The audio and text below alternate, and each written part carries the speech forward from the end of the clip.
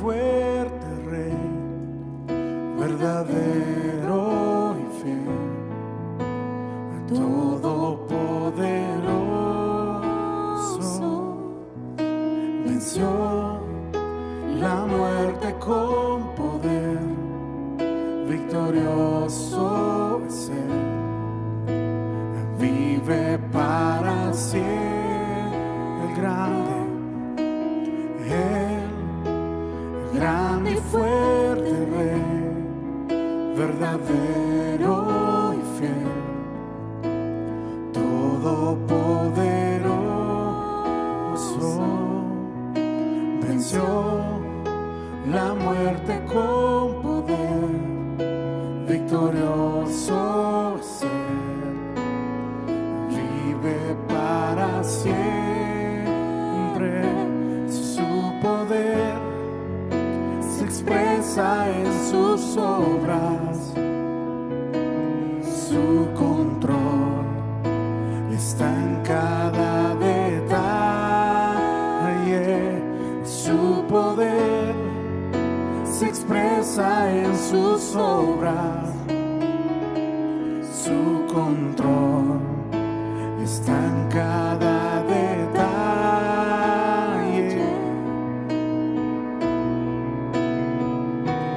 Digno es el poderoso, grande y soberano, digno es el victorioso, reina para siempre, digno es el poderoso, grande y soberano, digno es el victorioso, reina para siempre.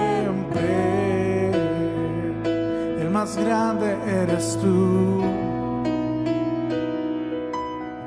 el grande y fuerte Rey, verdadero y fiel, todopoderoso, venció la muerte con poder, victorioso es Él, vive para siempre, el grande y fuerte Rey, verdadero y fiel, todopoderoso, venció la muerte con poder, victorioso, vive para siempre. Vive para siempre.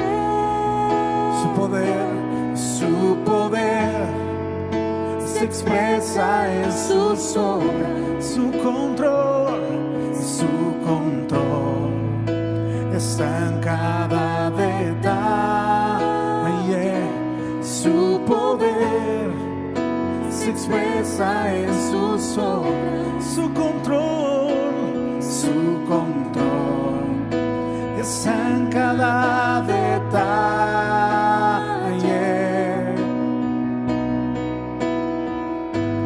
Digno es el poderoso, grande y soberano, digno es el Victorioso, reina para siempre. digno es el poderoso, grande y soberano, digno es el victorioso, reina para siempre, coronado,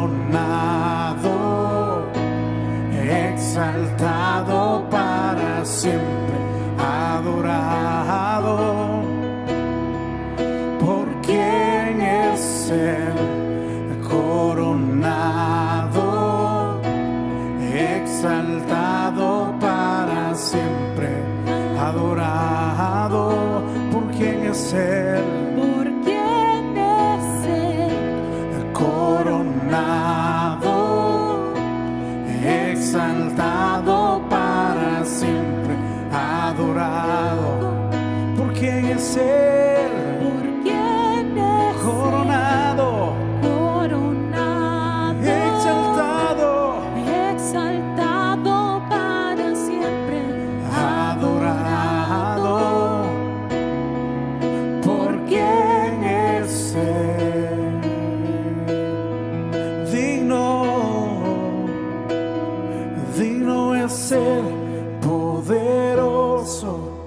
grande y soberano, digno es el victorioso, reina para siempre. digno es el poderoso, Grande y digno es soberano, digno es él. victorioso, Tú reinas, digno es el poderoso, grande y soberano, digno es el victorioso, reina para siempre, digno es el poderoso, grande y soberano, digno es el victorioso, reina para siempre, coronado, exaltado para siempre, adorado. ¿Por quién es él? Coronado, exaltado. para siempre, adorado. ¿Por quién es él? ¿Por quién es él? Coronado, exaltado, para siempre, adorado. ¿Por quién es él?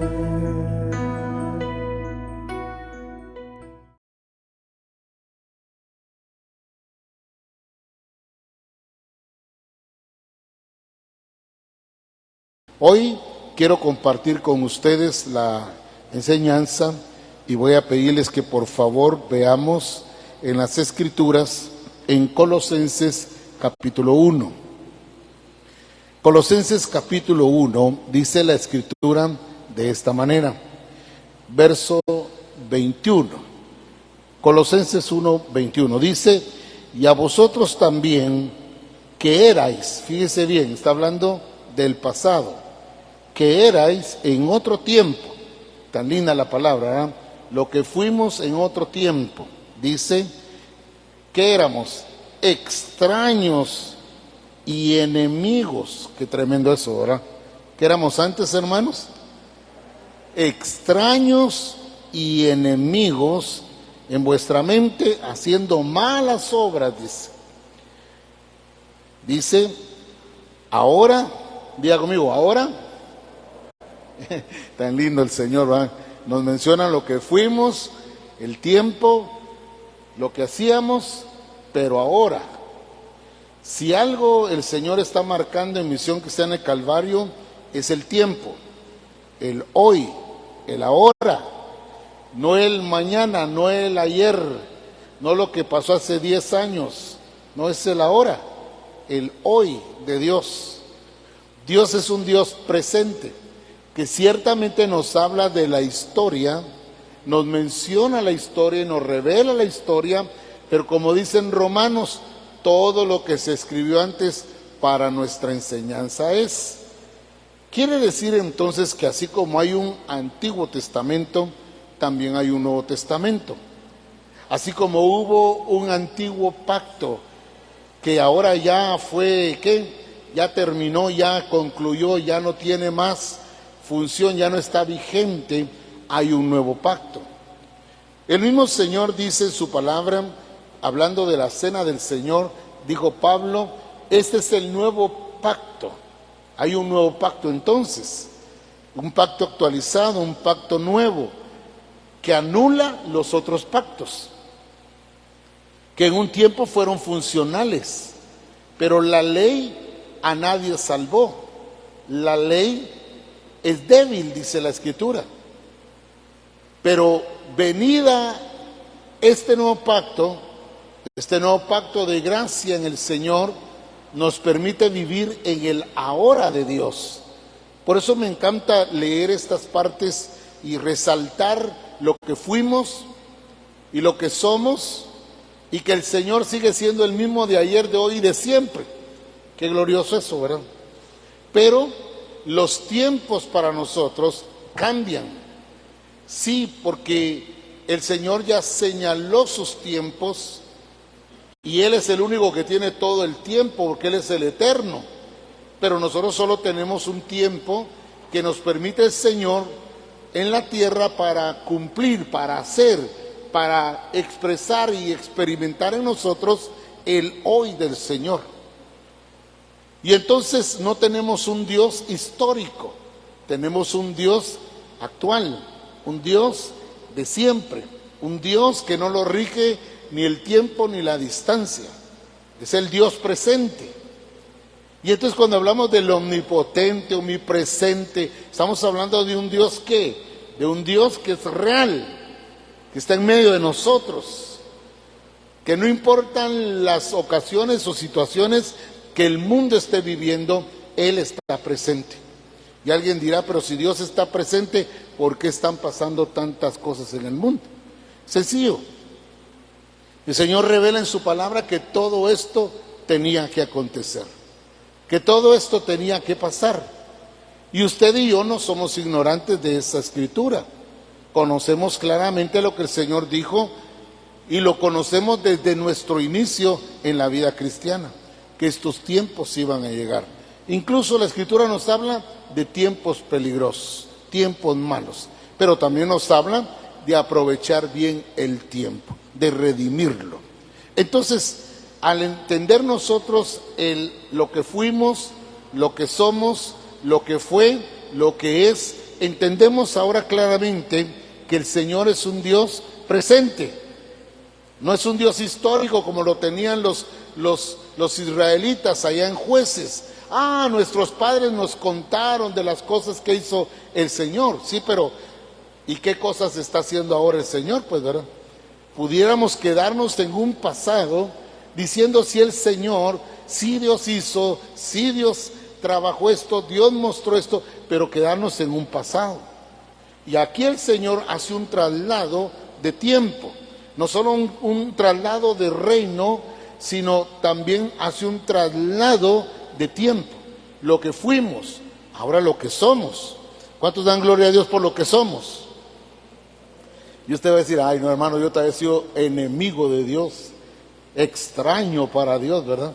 No, ya no somos extraños, ya no somos forasteros ni advenedizos, somos conciudadanos del reino de Dios. En otras palabras, el Señor nos conoce. El Señor te conoce a ti, me conoce a mí. El Señor sabía en qué tiempo nos iba a llamar y nos llamó en este preciso tiempo. ¿Por qué nos llamó aquí? ¿Por qué no nos llamó antes? ¿O por qué no nos llama después? No, nos llamó ahora. Sencillamente porque Él entiende que usted y yo estamos aquí para manifestar lo glorioso, lo poderoso, lo grande que es Dios. Mostrarle al mundo que quiere vivir sin Dios que hay un Dios, que el mundo no se hizo de la nada, que alguien está detrás de todo esto. Y eso le toca a la iglesia mostrarlo, no solo predicarlo. Y cuando digo mostrarlo, tengo que entender yo con claridad que todo lo que hago es una demostración de lo que Dios es y de quién es Dios. Así que yo no puedo hacer las cosas solo por hacerlas. Necesito entender de quién es la gloria, pero también necesito entender quién me está permitiendo hacer las cosas y para qué. Entonces volvamos al texto que estamos mencionando hoy, aquí en Colosenses 1, dice, y vuelvo a leer el verso 21, y a vosotros también, que erais en otro tiempo extraños y enemigos en vuestra mente, haciendo malas obras, ahora os ha reconciliado. Verso 22, en su cuerpo de carne, por medio de la muerte, para presentaros santos y sin mancha e irreprensibles delante de Él. ¿Cómo somos ahora entonces? Dice santos, sin mancha, irreprensibles delante de Él. ¿Qué éramos antes? ¿Qué dice que éramos antes? Extraños y enemigos. Pero ¿qué somos ahora que nos reconcilió? Dice la Escritura claramente entonces que ahora somos santos, sin mancha, irreprensibles delante de Él. Ahora, hay una condicionante. El asunto es si permanezco, porque ahí está el punto, ¿verdad? Si es que permanezco. Y mire lo que sigue diciendo entonces. Si en verdad, dice el versículo ¿qué? Versículo 23. Si en verdad, o sea, todo lo que el Señor hizo tiene una condicionante. Hay una condicionante acá. Y la condicionante es permanecer.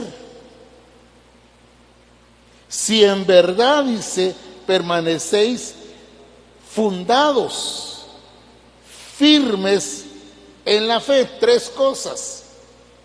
¿Cuáles son? ¿Cuáles son según mencioné ahorita? Dice ahí, permanecer, fundados, firmes. Entonces, con razón Jesús dijo allá en Juan capítulo 15, ¿verdad? Si permanecéis en mí. El Padre y yo permanecemos, dice, pero ahora ustedes deben permanecer en nosotros. Entonces el punto al que quiero llegar en esta hora es entender qué es lo que a mí me hace permanecer, qué es lo que me hace estar fundado en Cristo, pero también qué es firmeza, qué me mantiene firme. Hay una razón tan clara para entender esto.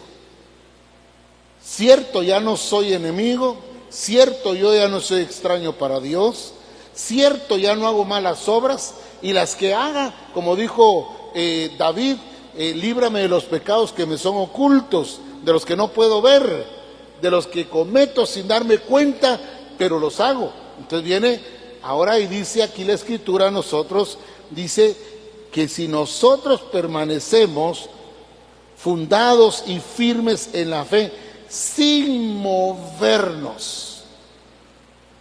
O sea, hay cosas que nos pueden mover el tapete, hay cosas que nos pueden mover, hay cosas que vienen a la vida para probarte a ti, no para probar al que le está aconteciendo el asunto.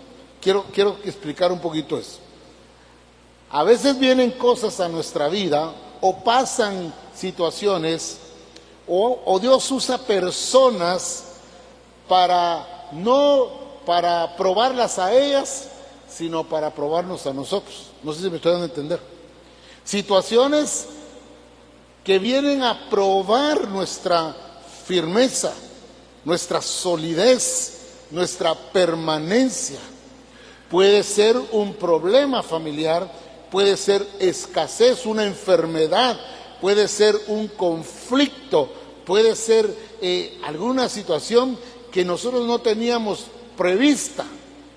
El punto es que el Señor permite que todas estas cosas vengan, no para probar a otros, sino para probarnos a nosotros.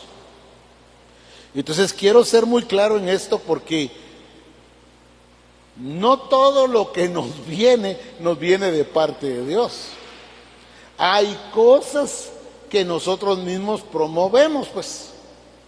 Y lo que tenemos son consecuencias, trato de Dios, pero no Dios trabajando en la vida nuestra por causa de un propósito.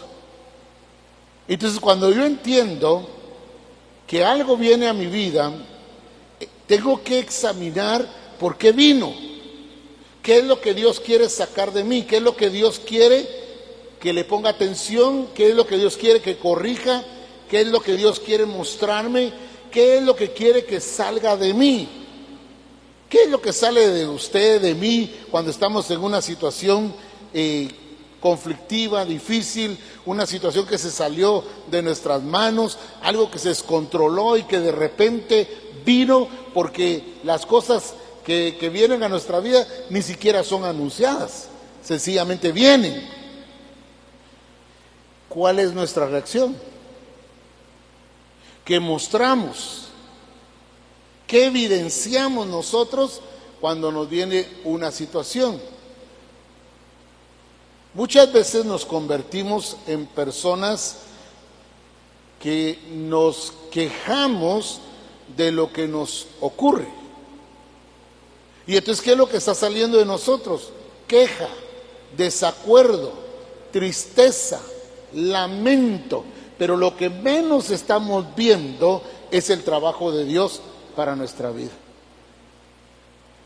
Y entonces vivimos frustrados, cansados, lejos de Dios, sentimos que todo el mundo está en contra nuestra y entonces vemos que las cosas no están saliendo bien. Y empieza a salir de nosotros amargura, resentimiento, odio, falta de perdón. ¿Por qué? Porque el Señor está trabajando eso en nuestra vida. Él quiere saber, no tanto Él quiere saber, sino Él quiere que tú sepas cuánto permaneces en Él, cuán fundado estás en Él, cuán firme estás en Él. Ahora que has sido reconciliado, no puedes responder ni actuar como en el pasado, cuando eras enemigo y extraño. Ahora eres reconciliado. Entonces, como reconciliado, yo ahora vivo de acuerdo a lo que el Señor dice. Pero ¿qué es un cristiano que permanece? ¿Quién es un cristiano que está fundado y firme en la fe? ¿Quién es? Pareciera que el apóstol Pablo nos está presentando un prototipo, una persona, algo, y nos está diciendo, usted tiene que ser así. Y Pablo también tenía sus propios conflictos, pues. Pero viene Pablo y muestra la revelación y muestra que todo esto está en Cristo. Es la persona de Cristo, o sea, en Cristo yo encuentro todas estas virtudes. Encuentro en Cristo que Cristo permaneció en el Padre.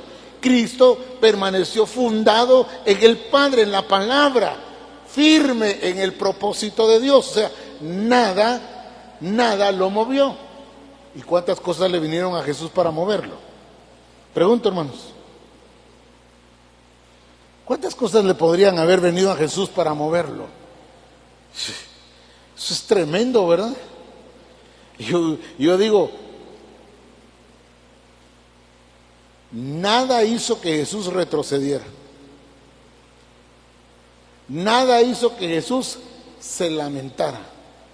Veo a un Jesús y yendo a cumplir el propósito de Dios.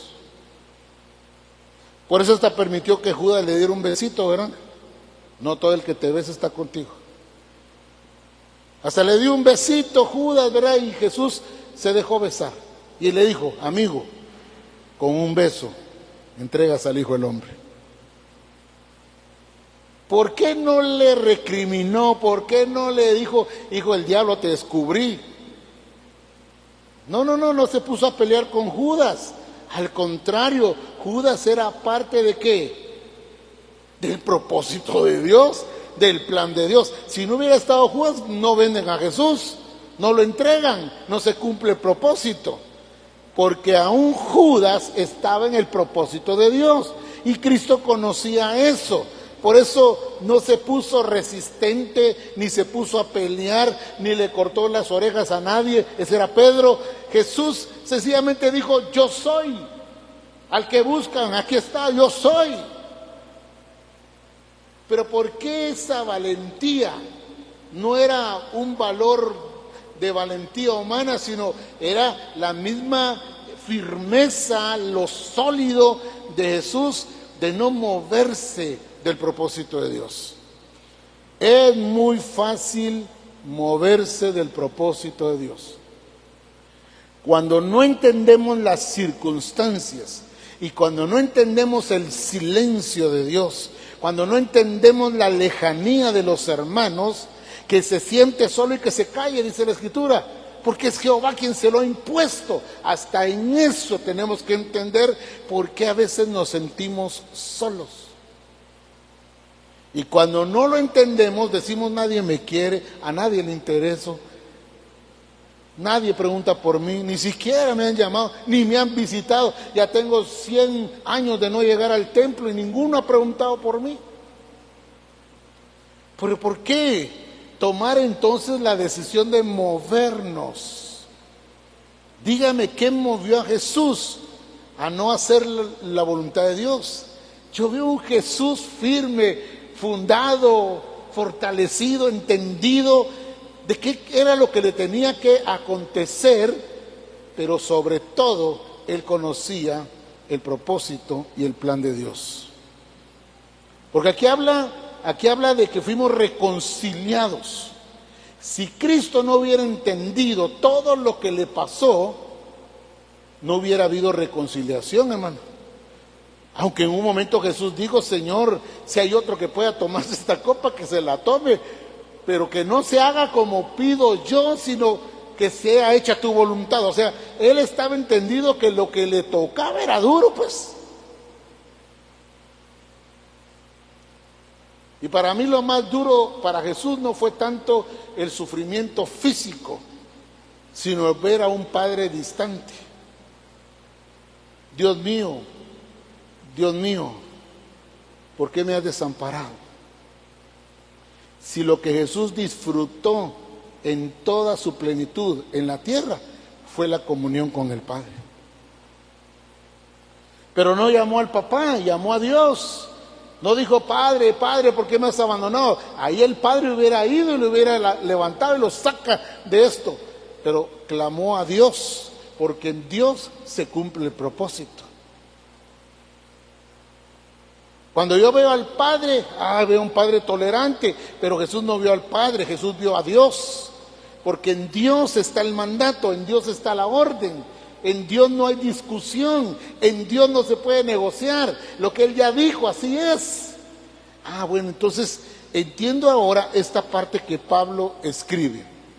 Y me llamó tanto la atención ver cuántas cosas menciona Pablo en tan poquitas palabras. Yo estoy tratando de explicar las palabras, pero Pablo solo lo tiró así, pues. Ni lo explicó, solo lo tiró. Dijo: ahí les va, cáchenla si pueden. Entiendan si pueden, si tienen el Espíritu lo entienden. Y uno dirá: pero entonces a la iglesia yo no toqué para que me expliquen la palabra, yo la puedo entender. Claro que necesitamos maestros, necesitamos quien nos enseñe, quien nos revele, quien nos muestre lo que no hemos visto. Ahora, está hablando de nuestro tiempo, un tiempo donde muchos creyentes, voy a usar la palabra creyentes, retrocedieron. Donde muchos creyentes fueron movidos, donde muchos creyentes se les movió el tapete, se les movió la fe, se les movió la certeza del Señor, se les movió las convicciones, se les movió el tapete, pues fueron movidos. Y aquí Pablo dice claramente: si permanecer fundados y firmes en la fe, sin movernos. ¿Qué significa esa palabra sin movernos? Tiene que ver con convicción, con determinación. ¿Tiene que ver con qué? Tiene que ver con el entendimiento que el Señor me va a permitir pasar por tantas cosas, porque Él quiere que yo sea aprobado. ¿Pero para qué? Para que salga aprobado, para que dé la talla, la medida, la estatura del varón perfecto. Pero todo esto podríamos dejarlo en una predicación, podríamos dejarlo en una enseñanza, podríamos decir: qué revelación, qué bonito lo que el Señor nos habló. Si no hay aplicación de esta verdad en nuestra vida, nos vamos a quedar solo como oyentes, pero sin fruto. O sea, no va a producir nada en nosotros más que conocimiento. Entonces viene acá y dice: sin moveros de la esperanza del evangelio que habéis oído. O sea, era gente que había oído, era gente que había sido enseñada. Aquí Pablo no está hablando con neófitos, está hablando con gente que ya debería estar fundada, firme, permaneciendo en la fe. Pero Pablo vio que los movió algo. Por eso Pablo le dice a los de Galacia, ¿verdad? Dice: ¿quién os estorbó? Él dijo: ¿quién? Yo puedo decir: ¿qué os estorbó? El punto es que pueden venir estorbos y pueden venir cosas, pero yo soy el responsable si me dejo ¿qué? Estorbar o no. Porque yo debo ser responsable. No es mi esposa la responsable de mí. Yo soy responsable delante de Dios. Si la esposa no quiere, pues si el esposo quiere, pues que el esposo se meta. Pero pueden venir estorbos. Puede ser la esposa, puede ser el esposo, pueden ser los hijos, puede ser una situación que esté pasando en tu vida. Mira, hermano, estorbos y tropiezos en el camino encontramos. Para tirar para arriba, chinchilete podemos hacer con eso. Perdón para los hermanos, chinchilete es tirar para arriba algo, como dulces, y los niños van y recogen los dulces. Chinchilete, tirar para arriba. En el buen Chapín, Ronnie Pineda. Ahora, el punto está que si yo no entiendo para qué vino algo, si no estoy sometido, no estoy fundado, no estoy firme en la fe, va a ser fácil que algo me mueva, va a ser fácil que algo me haga tropezar. Porque incluso el Señor dijo que en el mundo íbamos a tener tropiezos, pero hay de por quien vengan los tropiezos. ¿Quién nos estorbó? ¿Quién nos movió? Se lo voy a explicar en pocas palabras. El Señor entrega la creación a Adán y Eva, y no sé qué pasó, pero el Señor se desapareció de la historia por un momento y dejó a Adán y a Eva solitos. Fíjese usted, a veces Dios nos deja solitos para ver qué hacemos, si lo hacemos, si permanecemos. De repente Dios nos deja un momento para ver cuáles van a ser nuestras reacciones. Viene el Señor y los dejó en el huerto. Pero luego aparece el Señor otra vez y dice: Adán, Adán, ¿dónde estás? Fíjese bien la palabra, ¿dónde? ¿Acaso el Señor no sabía, pues, hermano? ¿Acaso el Señor no sabe dónde dormimos, dónde comemos, acaso nos podemos esconder del Señor, pues, hermano? Dios conoce todo, Dios sabe todo de nosotros, hasta lo de mañana Él ya lo sabe. Ahora, el punto está en que cuando el Señor pregunta a Adán: Adán, ¿dónde estás? ¿Dónde estaba Adán? Ya no estaba labrando, ya no estaba trabajando la tierra, ya no estaba sojuzgando, ya no estaba, ¿qué?, haciendo las funciones que el Padre le dejó a él. Ahora Adán estaba en otra situación. Por eso el Señor viene y le dice: ¿dónde estás? No estás como yo te dejé, estás diferente. Señor, me vi desnudo, tuve miedo y me escondí. Dios no es un hombre para que se escondiera. Y viene el Señor y le dice: ¿quién te enseñó que estabas desnudo? Se lo cachó el Señor, ¿verdad? Se dejó estorbar.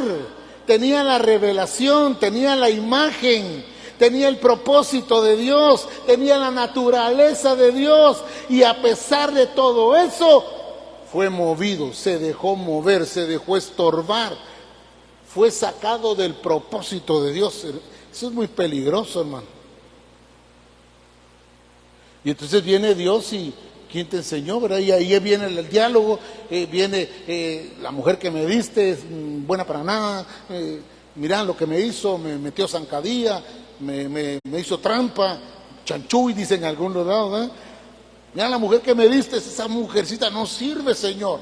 No fue la mujer. Por eso Dios tiene que confrontarlos a los dos. Pero al punto que quiero llegar es este. Cuando el Señor dice: ¿dónde estás? Hoy nos pregunta el Señor a nosotros: ¿dónde estamos? Hoy le pregunta el Señor a ustedes también: ¿dónde están? Usted me va a decir: yo en Acapulco, usted. Yo aquí en Perú. No está hablando de logística, geográfico. Está hablando de tu condición espiritual. ¿Dónde estás? ¿Dónde están las condiciones que tenías al principio? ¿Se recuerda aquella iglesia de Éfeso cuando el Señor le dijo: arrepiéntete, recuérdate de dónde has caído, arrepiéntete? Ya las primeras obras ya no estaban como el Señor los había dejado. Igual Adán y Eva ya no estaban como el Señor los había dejado. Entonces viene acá y dice: si en verdad permanecéis fundados y firmes en la fe, sin moveros.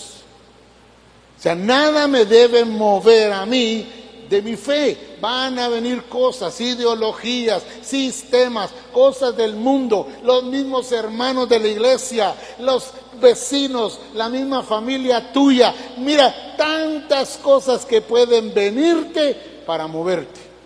Pero aquí el punto no es qué me movió, el punto es por qué me dejé mover, pues. Nosotros hemos tenido malas experiencias aquí como iglesia y creo que ha pasado a nivel de todas las iglesias. Hermanos que de repente uno los vio que ya estaban bien desarrollados y que de repente terminaron en el mundo, apostatando de la fe, cambiando de fe. Híjole, hermano, y con razón la Escritura nos habla de la apostasía, ¿verdad? Difícil de decir, dice. ¿Quién es un apóstata? Alguien que sale de lo verdadero y vuelve a lo falso, a la mentira, al engaño. Y tuvimos tantas cosas así, recordando ayer un poquito historia de Misión Cristiana en Calvario de Guastatoya, y yo digo, Dios mío, tantas cosas que hemos pasado.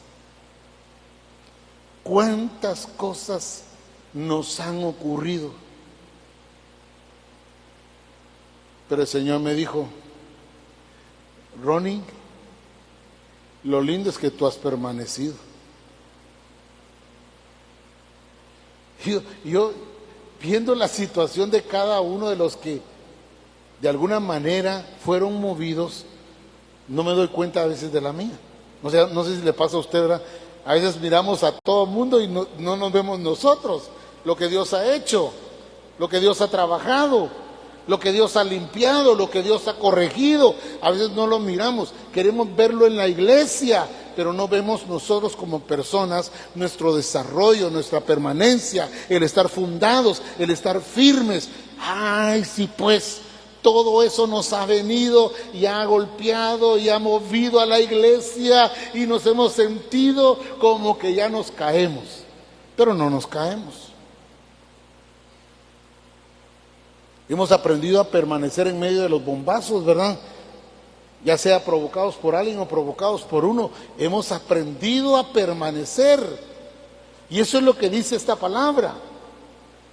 Si permanecemos sin movernos. Hermanos, iglesia perfecta aún no la hay. Y usted me va a decir, eso lo dice por la suya. No, por la de todos. Si alguien dice que ya está perfecto, pues gloria a Dios. El punto es que a mí me revela la misma iglesia su condición. No está en la condición que estuvo hace 5 años. No está en la condición de fuego, no está en la condición de anhelo, de deseo, de amor por las cosas de Dios. Ve una iglesia apartada, apagada, una iglesia con conocimiento, pero sin vida espiritual. Una iglesia que no ora, una iglesia que no lee la palabra, una iglesia que no le gusta congregarse, una iglesia que lo ve todo como estorbo. Hay que hacer grupo, hay que ir al discipulado, hay que ir al adiestramiento. Vemos ya cansancio, y cuando alguien muestra cansancio es sinónimo de caída. Y usted me va a decir, pero yo no he caído. No, es que algunos ya cayeron y ni cuenta se dieron. Entonces no veo una iglesia. Puedo encontrar una iglesia más grande, más bonita, con más luces, con menos luces, porque ahora de todo hay, pues, ¿verdad? Con luz y sin luz, de todo hay. Pero yo le puedo decir, hermano, no hay iglesia perfecta. Que estamos apuntando a la perfección, eso sí es cierto. Por eso es que el Señor nos habla, por eso es que el Señor nos dice qué hacer, cómo hacerla, nos muestra el tiempo. Nos dice la Escritura, cuando el Señor venga, ¿hallará fe en la tierra? Son preguntas que Jesús hizo. ¿Será que va a hallar fe el Señor? No dice si va a hallar muchos hermanos en la iglesia, si va a encontrar una iglesia topada, una iglesia que ya no cabe ni una sola más persona. No está preguntando eso. ¿Hallará fe? El punto es a ver si va a hallar fe el Señor. ¿De qué está hablando Pablo aquí? Dice de permanecer en la fe, firmes, fundados en la fe, sin moverse. A veces miramos las actitudes de las personas, pero no nos vemos nosotros. Yo siempre he dicho, no diga nada, no sea esclavo de sus palabras, sea dueño de su silencio. Cuando usted calla, usted se convierte en sabio. En las muchas palabrerías, ¿qué dice la palabra? A ver los que saben, en las muchas palabrerías, ¿qué dice? ¿Qué dice? Ah, gracias Carlitos. Hay pecado. Entonces mejor es guardar ¿qué? Como decían por ahí, ¿verdad? Una cosa que tal, calle boca mamá, ¿verdad? Calle boca hijo, calle boca hijo. Es mejor ser dueño de tu silencio que esclavo de tus palabras. Porque tú no sabes a la vuelta si te va a tocar que enfrentar lo mismo. Hay un verso en el mundo que dice que el que escupe para arriba, en el rostro le cae. Y pero es bíblico, pues. Mire que si alguno está firme, ¿qué dice? Mire que no caiga. Si fuere sorprendido algún hermano en alguna falta, dice, ustedes que son espirituales, dice, restáurenlo. El espiritual restaura, porque sabe que está en condición de hombre, porque sabe que está en condición de mujer, de humano, considerándote a ti mismo. Ajá. Yo leí algo que me conmovió cuando Jimmy Swaggart cayó de la gracia. Bueno, tuvo su desliz ahí y le preguntaron a Billy Graham que si se alegraba de eso. Y Billy Graham dijo, no, dice, no me alegro, solo digo si a él le pasó, a mí me puede pasar también. Qué serio. Por eso nuestro trabajo en el Señor es el permanecer fundados, firmes en la fe, sin movernos.